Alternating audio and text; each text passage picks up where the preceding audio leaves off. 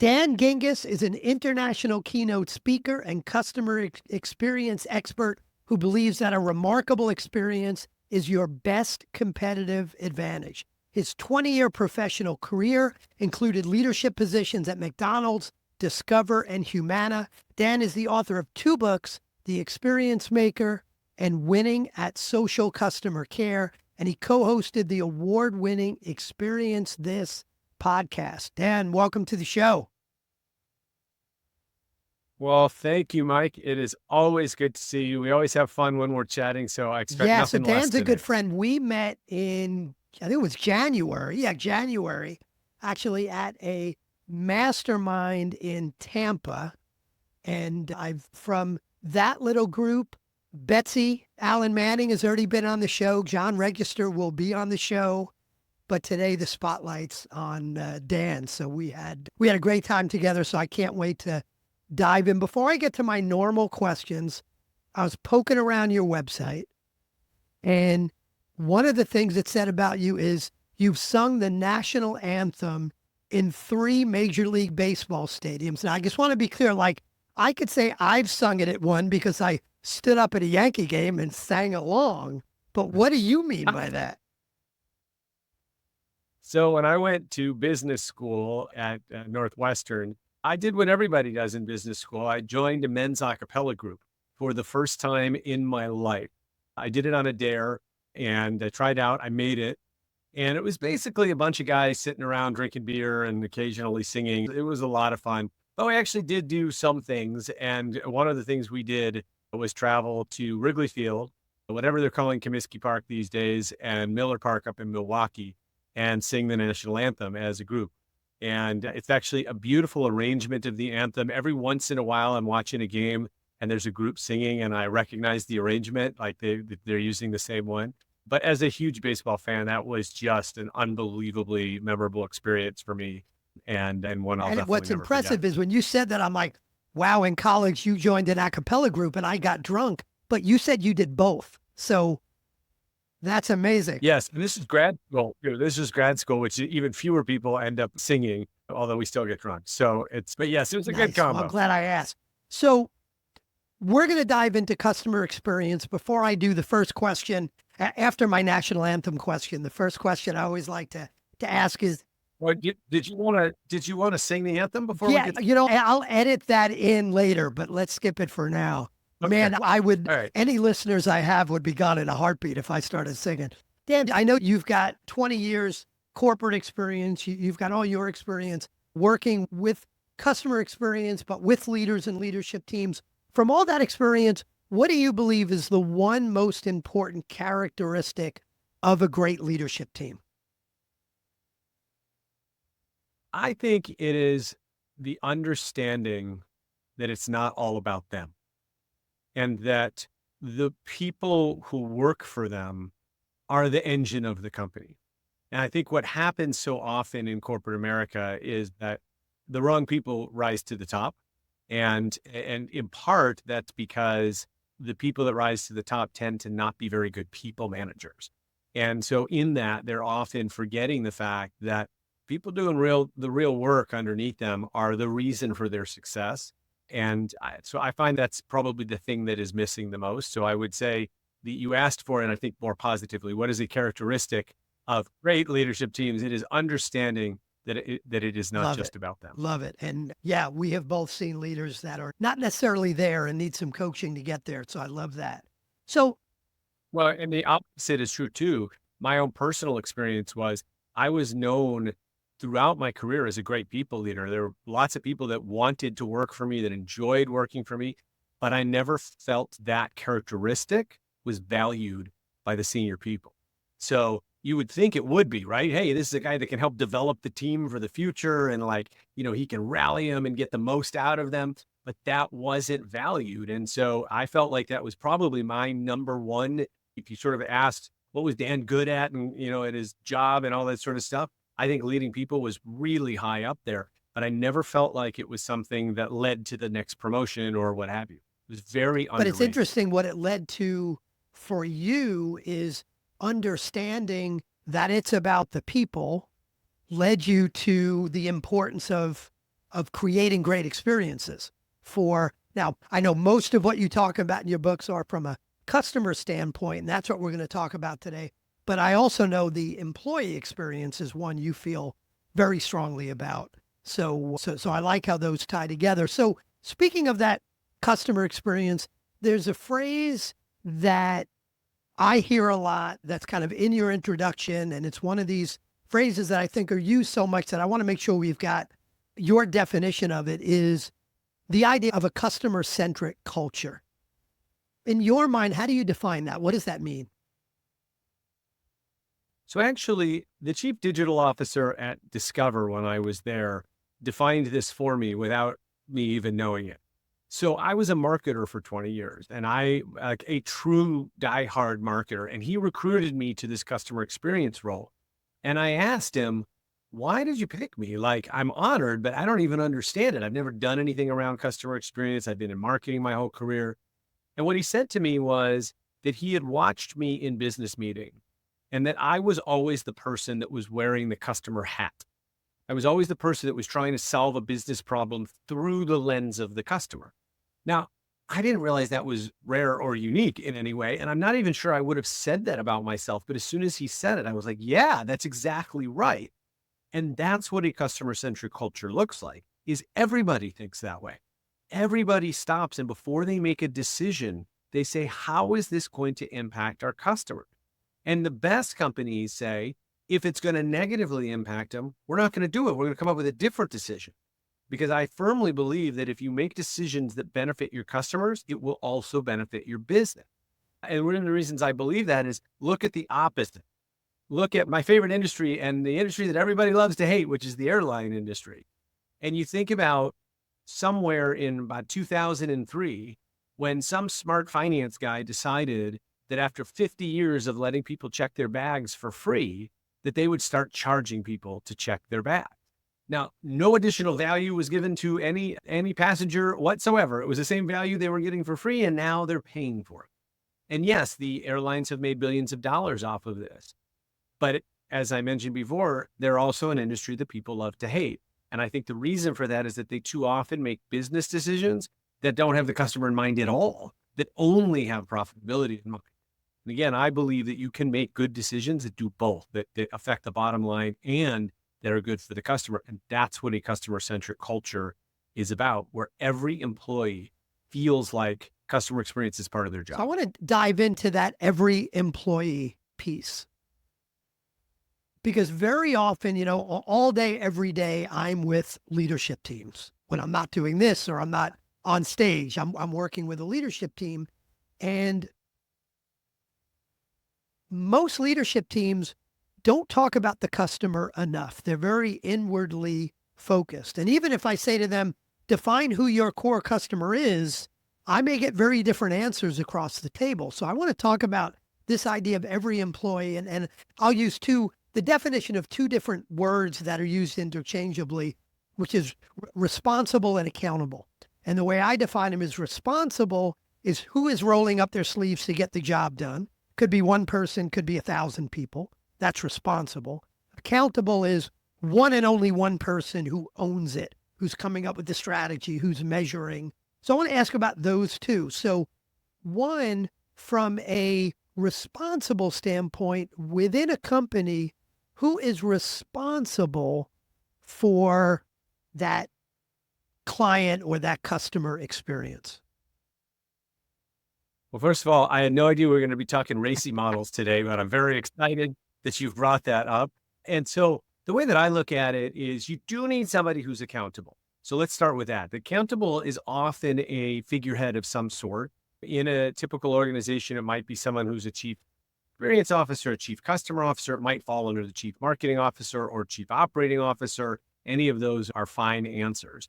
And we need somebody that's accountable because of the old, saying that if it's everybody's job, then it's nobody's job. And so we have to have someone that's looking after the entire customer journey, the one that's got the 30,000-foot view that can see each one of the elements and the journey interactions. Because frankly, as companies get bigger and more siloed, most people only have a view into one little element of the experience, not to the whole. But in terms of responsibility, This is where I really believe that the answer is everyone. Now, you may have people that never even speak to customer, but that doesn't mean that their job doesn't affect customer. Because as I said, they're making decisions every day that affect the end consumer or the end buyer if you're in the B2B space. And so if we have people making those decisions without ever thinking about the customer in mind, we're going to make bad decisions. And so part of what I try to preach is that we want to both inspire and empower every single employee, any level, any title, any job description, to believe that customer experience is part of their job. When they do, then as they are making decisions, they stop and they ask, how does this affect the customer? And that one question can help you make better decisions. Because if the answer is, our customers aren't going to like this, there's probably a better answer. And there's probably an answer that still achieves your goal and the customers won't be negative. And unfortunately, when we don't do this, we lose customers that we didn't need to lose. One of the aspects I talk about in my book is called a leaky bucket. And the concept behind the leaky bucket, which almost every company has, is that there are bunches of customers that leave your business and never tell you why. They're like the silent, what we call quiet quitters. They're like, I call them the silent but deadlies, because they leave, which means -1 customer for you. They're probably going to your competitor, which means +1 customer for your competitor. And because they've never told you anything or given you any reason, you're none the wiser, which means you can't get better for the next person. And I think if we have a culture that continues to make decisions without the customer in mind, our leaky bucket gets leakier. And one way to plug the leaky bucket is to pay attention to the impact on customers of every decision. So knowing that in a typical organization, you've got a number of kind of quote unquote frontline folks that are customer facing, your sales team, your operations team, your customer service team, maybe your, accounts receivable team. You've got these teams that have some interaction with the customer. And then you've got a leadership team sitting around a table who don't necessarily have those interactions with the customers every day, unless and until there's some giant problem with a really important customer, then someone's going to jump in. So how do you make sure that the voice of the client or the voice of the customer kind of percolates up from the front lines to the leadership team to give them the ability to make the bigger strategic decisions and some of the tactical decisions that will benefit the customer? Yeah, I'm so glad you asked this, because I'm actually working with one of my clients right now on this exact thing. And one of the things that we are doing is scheduling monthly call listening session, where we choose a number of calls from a certain area of the business, but we invite people from all around the business to come and listen. And we look at two things in each call that we listen. Number one is we ask ourselves, what advice would we give to the agent in terms of handling this particular call? Did they do a good job? Were there things that they missed? Were there things we'd like them to do differently, et cetera? The second, which is more important, is why did this customer call in the first place?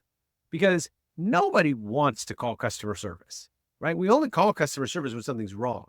So if we can figure out the root cause of what is wrong, then, and this is why executives love this, we fix the root cause, we stop the phone calls, we save a ton of money. It's a big money saver for the organization. But the thing that really comes out that I think, people are surprised at over and over when I do this is that there is nothing like listening to the literal voice of your customer. Normally, when we talk about voice of the customer, we talk about some report on our desk, a transcript, a summary of comments from ratings and reviews or social media, but not actually hearing their voice. When you hear their voice, you hear frustration. Sometimes you hear anger. Sometimes you hear pride and happiness. You hear all these things that don't come out in a transcript. And to me, that is unbelievably moving. And when I was at Discover, when I was at Humana, when I was at McDonald's, I would always take time to go sit with the customer service agents and listen to live call. Every time I did it, I'd go back to my desk with a list of, dozens of things that I needed to work on, because customers, when you ask them, will actually tell you. And so I find that the higher we go up in the organization, often the farther we are from our customers. And that makes no sense at all. I know there are some CEOs that, famously do answer the phones in customer service because they want to hear people. Or you look at like the CEO of Starbucks who spends time as a barista to be in front of customers. And I think that is so incredibly undervalued because we don't want our executives to be far away from our customers. We want them to be closer to our customers. I love that. And different situation, but the same idea. Just had a coaching call with a client about 2 hours ago who is a COO. And actually, the client service folks report up to her. So one of her directors was on vacation. So she had to go down and do the director's job. This is a smallish company. She had to go down and do the director's job for a week while that director was on vacation. And she couldn't believe what she learned by doing that job and listening to customers for a week that she had no clue about before. So I love that. It's so important to get that more than just information, but hearing the emotion and hearing the voice. Now, I want to go back to kind of a combination of that and this idea of accountability. So if you've got someone on the leadership team who's accountable. Let's call them the VP of client experience for argument's sake, but could be anybody. How do we measure success of that role? How do we know if our goal is to wow our clients or, how do you actually measure whether you're achieving that? Is there one magic measure? Is it 2 or 3 more detailed measures? So I think there's one bullseye measure, and then there's a few in the rings around the bullseye. The one bullseye measure is customer retention. So the fact is that when we treat our customers right, when we give them a good experience, they're more likely to stay with us for the long term. And again, this also is the leaky bucket. This is how you plug a leaky bucket, is you take your retention rate and you increase it. Now, for many companies, even something as simple as taking a 90% retention rate to a 92% retention rate can mean millions of dollars because these customers that stay with you may stay with you for years and years, right? And so that part is very measurable and it is incredibly valuable to the entire ecosystem. We could get into, so as you get into some of the rings around, when you keep more customers, you also take more pressure off of your sales and marketing teams because the sales and marketing teams now don't have to account for the lost business in addition to their ever rising goals every year, right? So that helps a lot. You also help with bringing in new customers because companies that have a great experience get more people talking about them. That's really the subject of my keynote is how to use experience as a word of mouth marketing driver. And so when we do that, what happens is more people want to do business with us. So we actually also can track more inbound sales and more new customers joining us because customers today want to work with companies that treat them well, that value them, that don't look at them just as an account number or frequent flyer number, but actually as a person. And so when they hear from their friend or neighbor or colleague that XYZ company is great to work with, it brings us new business. So those are 2 of the things that I look for. But in particular, the retention rate is, I think, a very undervalued metric that you absolutely should be. What do you think of the idea of a net promoter score?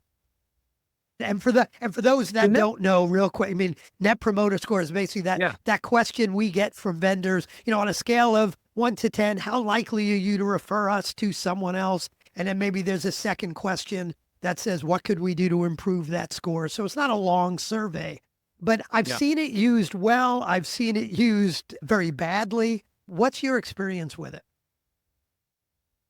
So net promoter score is great for telling you how you're doing at a moment in time. So if that's the question you're trying to answer, net promoter score and the question behind it does a great job of answering it. The problem is it doesn't tell you why. And so therefore, it doesn't have any predictive value for the future. And what I've seen over and over again is for companies that track net promoter score, when it goes up, everybody high fives each other, pats each other on the back, says, man, we're doing such a great job here. And when it goes down, everybody looks for something or someone to blame.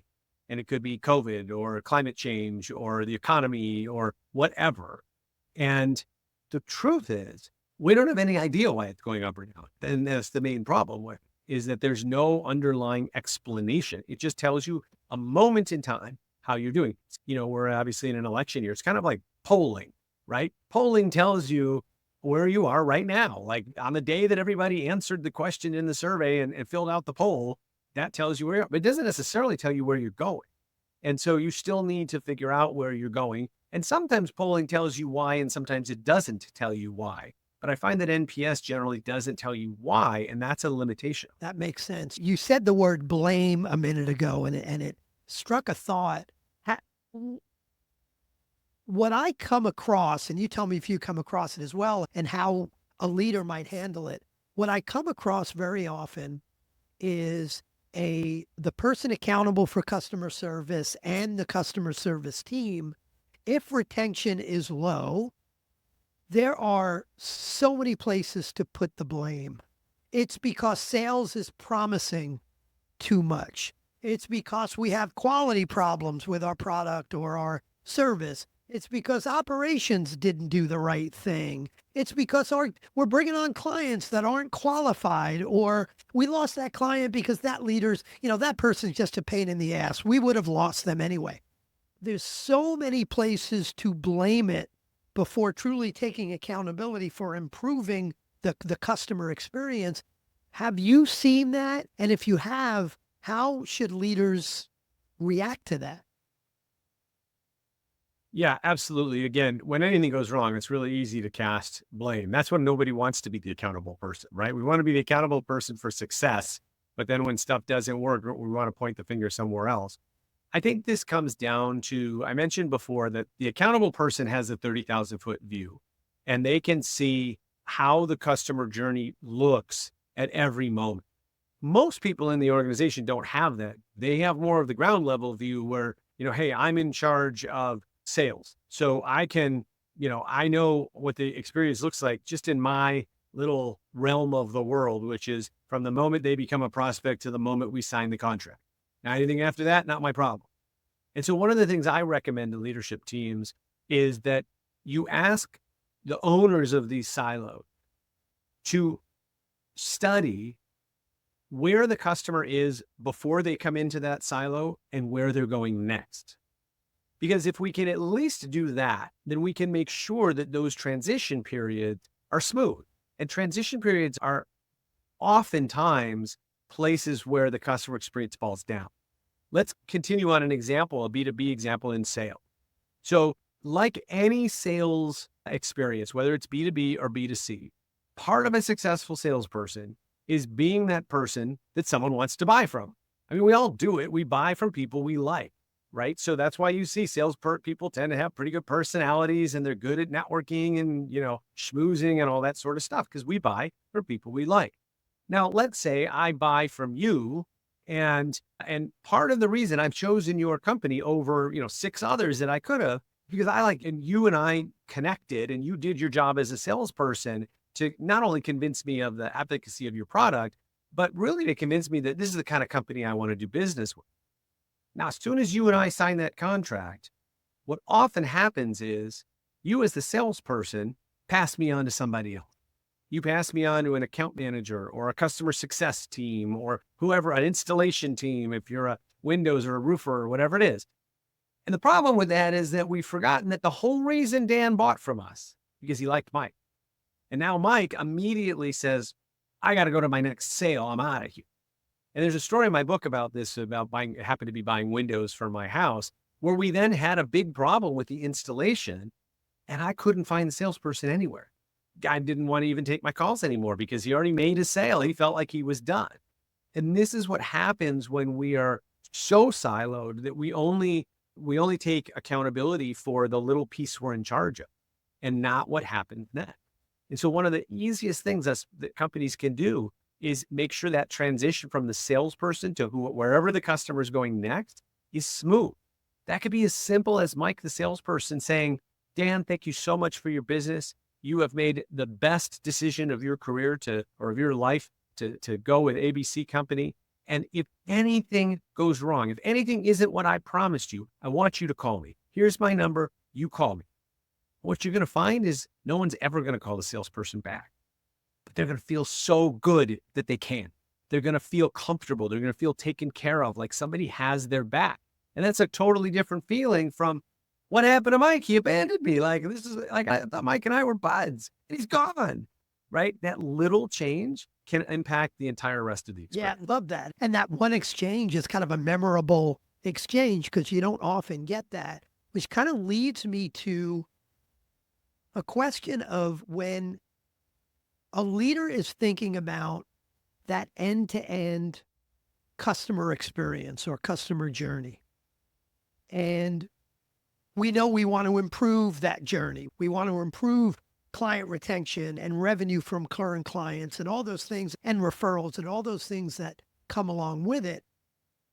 Should we be thinking about looking at the end-to-end process to make sure the whole thing is smooth and beautiful and work? Or is it more important to find those moments, those memorable moments, as opposed to everything is working good, is it, or as opposed to trying to get everything up to very good, is it more important for the whole thing to be acceptable, but there are these three different places where it's remarkable? Like, how should we be thinking about it? Yeah. So the team that's in charge, so let's say your customer experience team or whatever you want to call your customer success team, I believe that it's their job to look at the whole journey, because if no one's looking at the whole journey, then again, you miss all of these handoffs, you miss how one thing interacts with another. Because we've got to take a step back and remember that customers look at us as a single entity. They don't care about our organizational structure. They don't care about different departments. Even language, like when you hear a customer service agent use the word they, because they're referring to the installation team or some other team. Not they, we, because we're all one company, right? And that's how the customer looks at us. They look at the company as one company. They don't really care what department you're in or that your question is for a different department. Like, that's not something you should burden the customer with. So I think that centralized customer experience team is in charge of the whole journey. Now, the individual practitioners in different areas of the business are responsible for making their silos remarkable. We don't have to have a remarkable experience at every piece of the journey. Sometimes customers just want the dang thing to work, right? And then that's success, and that's okay. I do think we have to have remarkable experiences somewhere in the journey. Otherwise, if you are just sort of a flatline good or even a flatline great, nobody's going to talk about it. And again, I believe that when customer experience really hits its stride is when it drives word of mouth marketing, where people say, I like banking here because of how it makes me feel, because how they value me, because they know me by name, because they don't treat me like an account number. And these are things that are going to have to be remarkable moments along the way that is going to remind the customer of that, so that when, and maybe it's a passive thing or a reactive thing, when their neighbor asks them, hey, where do you bank? I've been looking for a new bank. They're ready to be like, I love ABC Bank because X, Y, Z. And so the short answer to your question is it's a little bit of both. And, if you are only siloed and you don't have that central area, then what happens is even if every silo is doing a great job creating experiences, it may not be consistent to the consumer. It may feel like a whack-a-mole or like a ping pong ball or something where, this happens over here and then this happens over here, but it doesn't actually look or feel like the same company, and it's confusing. And so that's why I Yeah, think and it's also pretty damn expensive to try to be remarkable everywhere. If you tell every silo they've got to be remarkable, that sounds nice, but it may be very expensive to do. Frankly, it may be overwhelming to the client who doesn't give a shit if your invoices are remarkable invoices. So is there a way that companies should think about, and I would imagine it's different depending on who the company is and their industry and their strategy, but how should a company be thinking about where they need to focus on being remarkable versus where they just need to focus on doing it well? Yeah, that's exactly the question that we need to ask, though. That's fantastic. And it does differ by company. I think that for the most part, you want to do what you are known for really well. So if you are Amazon, you want to ship packages really fast and get them to my door, right? That's what you're known for. And that's got to be true every time. And when it's not, I just had this the other day. I paid extra for a package to arrive same day. And then I got an email saying it'll be here tomorrow. I'm like, hold on a second. You offered me same day. I paid for same, and now it's coming tomorrow. Well, now this is not adding up, and it's not meeting my expectations, right? Even though 999 times out of 1,000, it shows up at my door faster than I'm expecting it. We can still have a problem like that. You mentioned invoices, and I think that's it's such a funny mention, because one of the parts of my methodology for creating remarkable experiences is what I call Witty. And Witty is about just having more fun, using language to your advantage, showing kind of the humanity behind your brand. Not necessarily about being funny, but sometimes it is. And it's really about looking at all of your communication channel and understanding that every time we communicate with somebody, there's an opportunity to create an experience. We don't always take that opportunity, but there is one.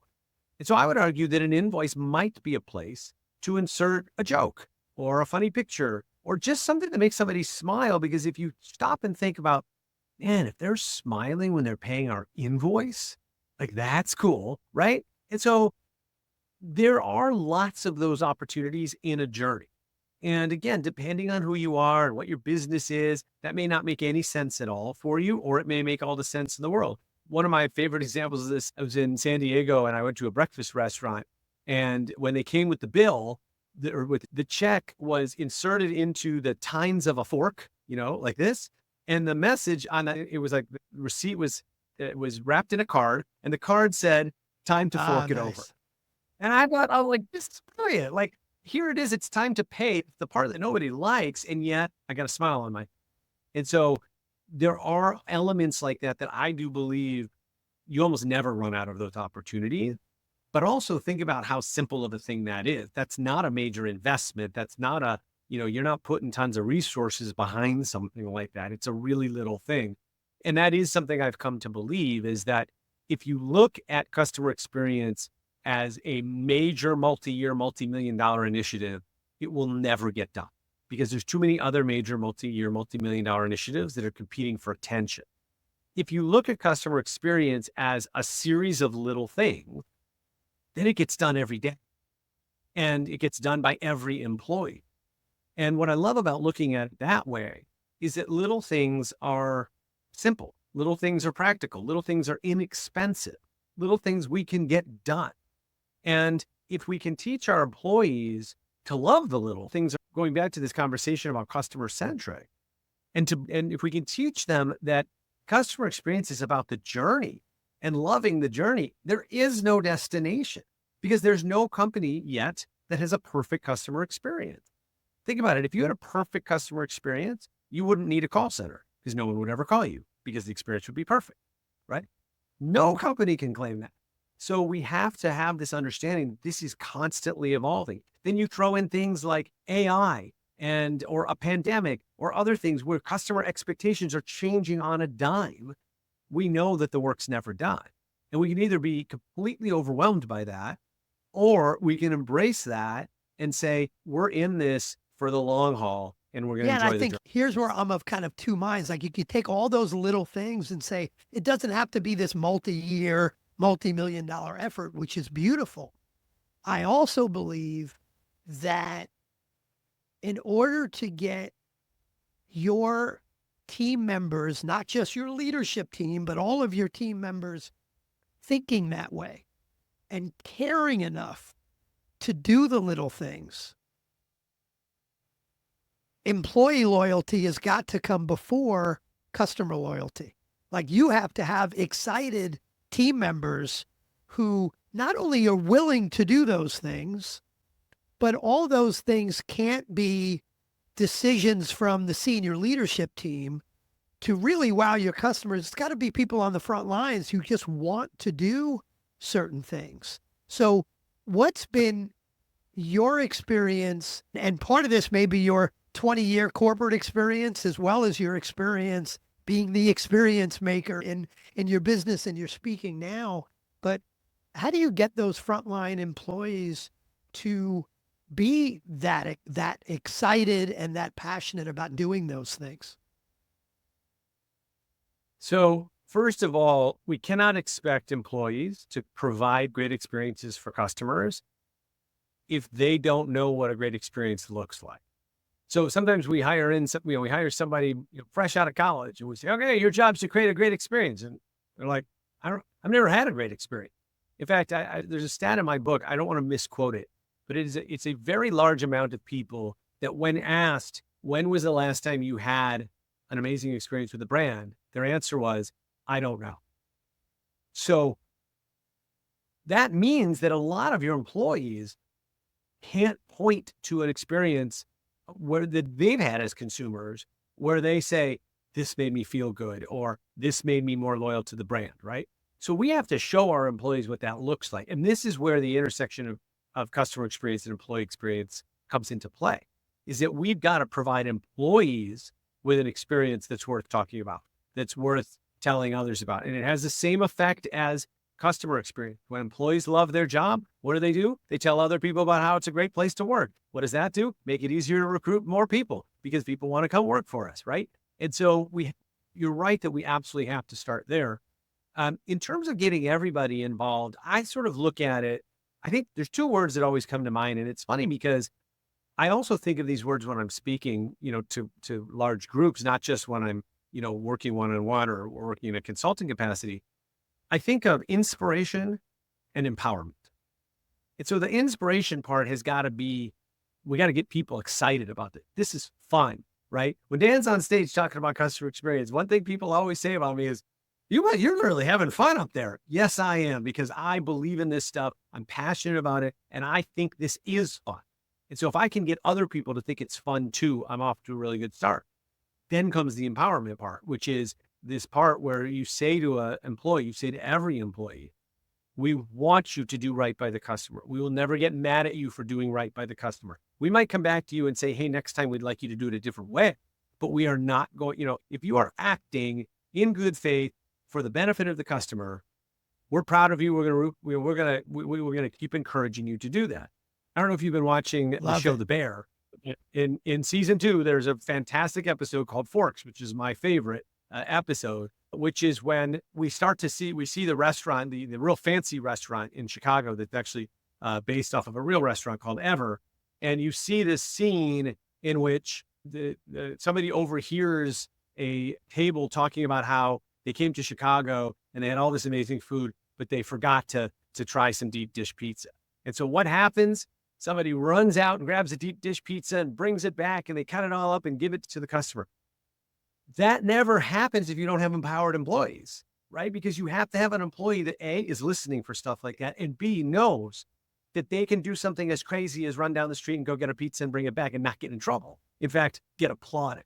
And so to get some of that stuff happening, we've got to inspire people. And we see in that scene, of course, that the staff, everybody there is inspired to do it. And then they know they're empowered, and they know that that they're allowed to do it, that they're encouraged to do it. If it costs a little bit of money, go ahead and spend the money.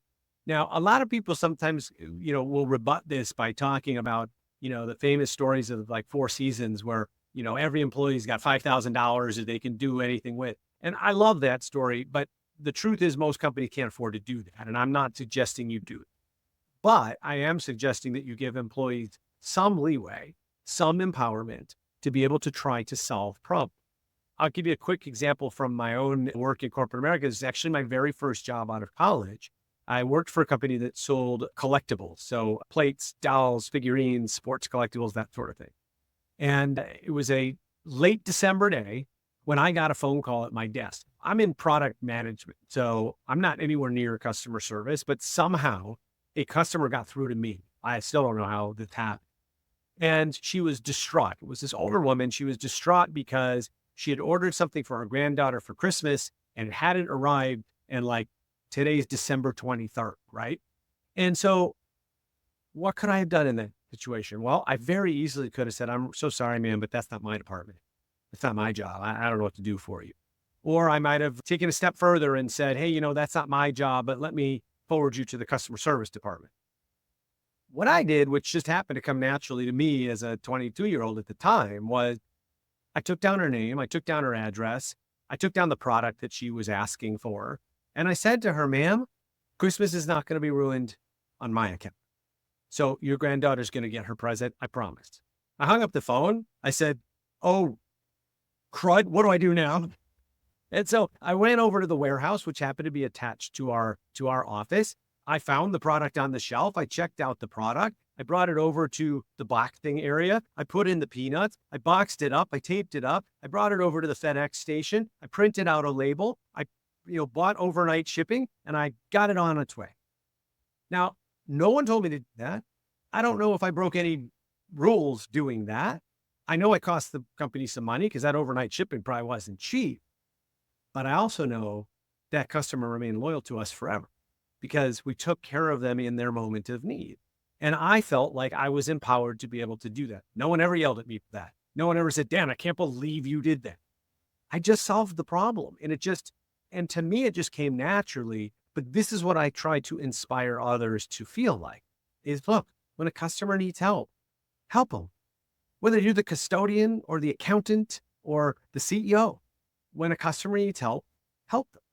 Last thing I'll say on this part is I remember one of the stories that I love from one of Howard Schultz's books, founder of Starbucks, is that very early on, he was sitting in a store. He's just sitting in one of the chairs, kind of observing. And a woman comes in a workout suit, clearly has just come from the gym. And she asked for a drink with skim milk in it. Now, when Starbucks first came to the US, they were trying to follow the style of an Italian cafe. And in Italy, skim milk is you don't order, like they don't have it. And it's looked at, it's frowned upon. So Starbucks didn't have skim milk. This woman, and Howard Schultz watched it, this woman walked out and didn't order a coffee. And the next day he wrote a memo to all of his stores saying, we're now serving skim milk with our drinks. It's as simple as that, right? And now granted, he's empowered because he's the CEO, but like you could have had a barista do that. You could have had a barista be like, man, we're getting a lot of requests for skim milk. It really sucks when they turn around and walk out the door and don't order a coffee, right? Maybe we should have skim milk here. Does this make sense that like this isn't rocket science, but we've got to have employees that both love this and that feel like they're empowered to do it. So Dan, as we start to wrap up, who are your clients and how do you work with them? Obviously, you're a keynoter, you get on the big stages, but give me an overview, give the audience an overview of who you typically work with and how do you help them? Yeah. So I tend to work with mid to larger size businesses along with their related associations. Anything that has, the industry is usually consumer facing, although I do get a lot of interest from B2B companies as well, which is great. B2Bs tend to be farther behind on this whole customer experience thing than B2Cs. And then industries, if you sort of think about typical consumer industries, retail, travel and hospitality, restaurants, home services, that type of a thing. And then yes, I do a lot of my business is speaking, both keynotes and workshops where we really roll up our sleeves and start to apply my strategy to your specific organization. But I also found, a bunch of other ways which are really fun, including this call listening exercise, which I can help stand up. I have a new product that is, we were talking about, customer feedback before. And one of the things that I found is that most companies do the first 2 steps of customer feedback really well, but then they fall down on the 3rd step. And I have this acronym called CAT, and CAT stands for Collect, Analyze, Take Action.